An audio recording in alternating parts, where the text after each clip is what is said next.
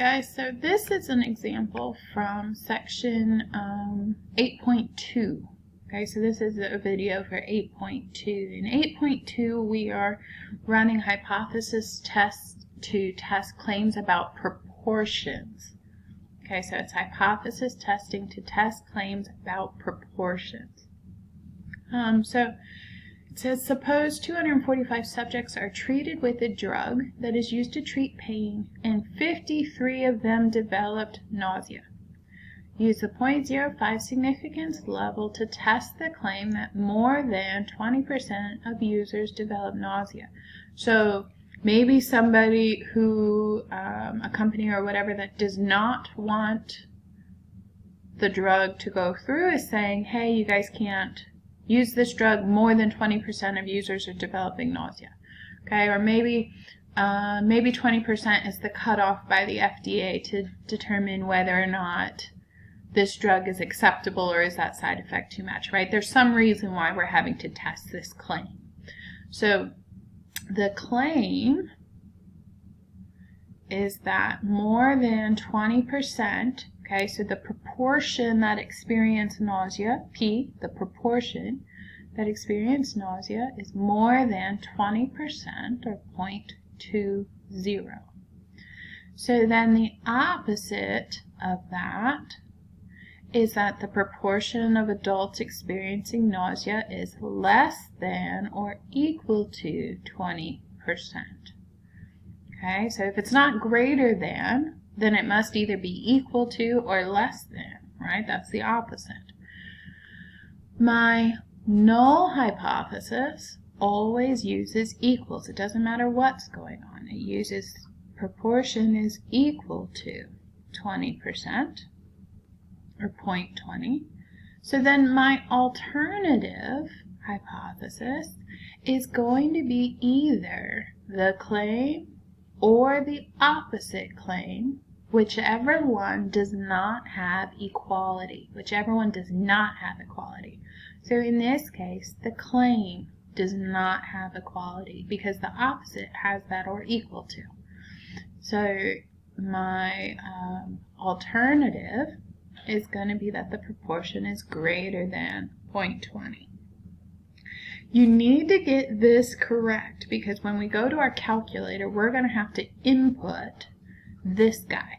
So if we get him wrong, then we're giving the calculator the wrong information, right? Like you have to, the calculator is only going to do what you tell it to. And if you tell the calculator the wrong thing, then he's going to give you the wrong thing.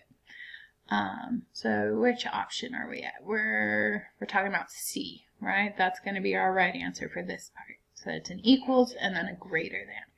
So then it wants us to calculate the p-value. Okay, so for proportion problems, we're going second vars. Nope. Stat. Sorry, not second vars. Stat. Tests. Remember when we did proportion problems with confidence intervals, we did one proportion z interval. That's what we did, one proportion z interval. Now we're running a hypothesis test. So it's one proportion z test for hypothesis test. And it asks for pretty much the same stuff that the confidence intervals ask for, but with a couple extra things.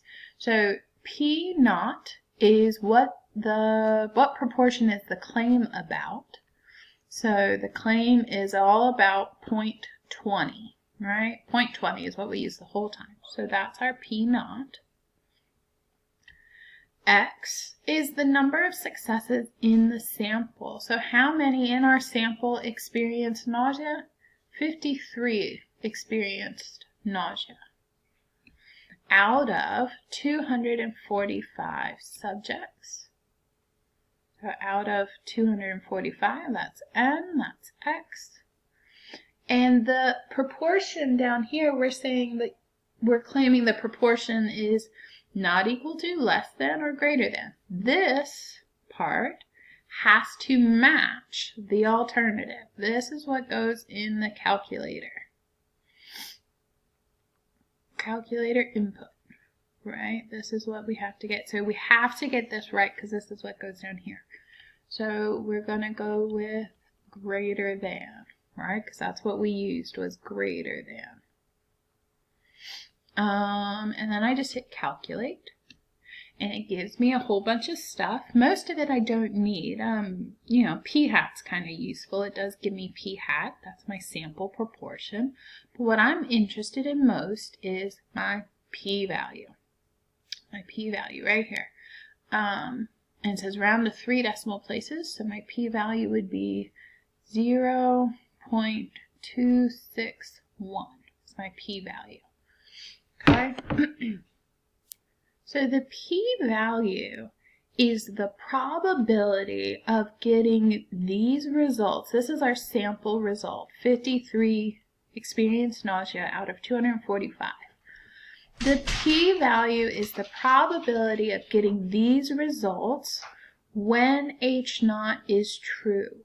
So if it's true that 20% of the people on this drug do experience nausea, if that is true, then the chances of these results is about 0.261 or 26%. Okay, and that's actually pretty high.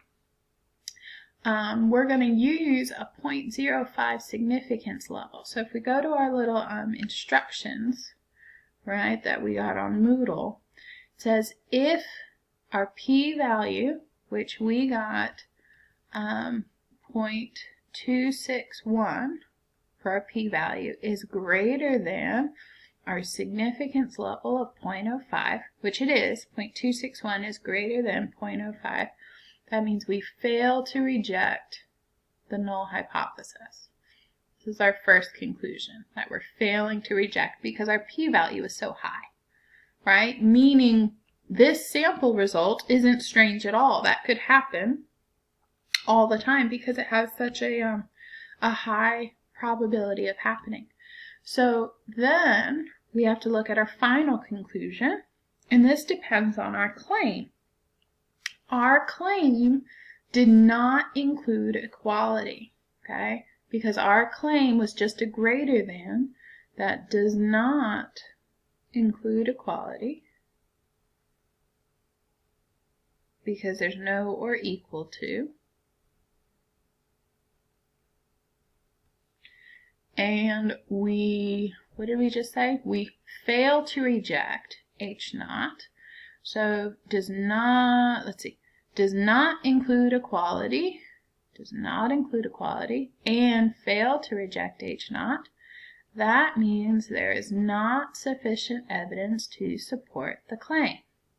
So there's not sufficient evidence to support the claim that more than 20% of users develop nausea. So this sample is not supporting this claim. The sample data results that we got is not enough evidence to support this claim. So what did we say? Fail to reject H0, and there's not sufficient evidence to support the claim that more than 20% of users develop nausea. So it would be C. Okay? This is the process we will go through for every single problem. We will write the claim, the opposite claim. Sorry, my dog is loud. I don't know if you guys can hear that. We'll write the null hypothesis and the alternative hypothesis. We will calculate a p-value using a test in our calculator, and then we will write a conclusion. It's going to be that process every time. Okay, let me know if you guys have any questions.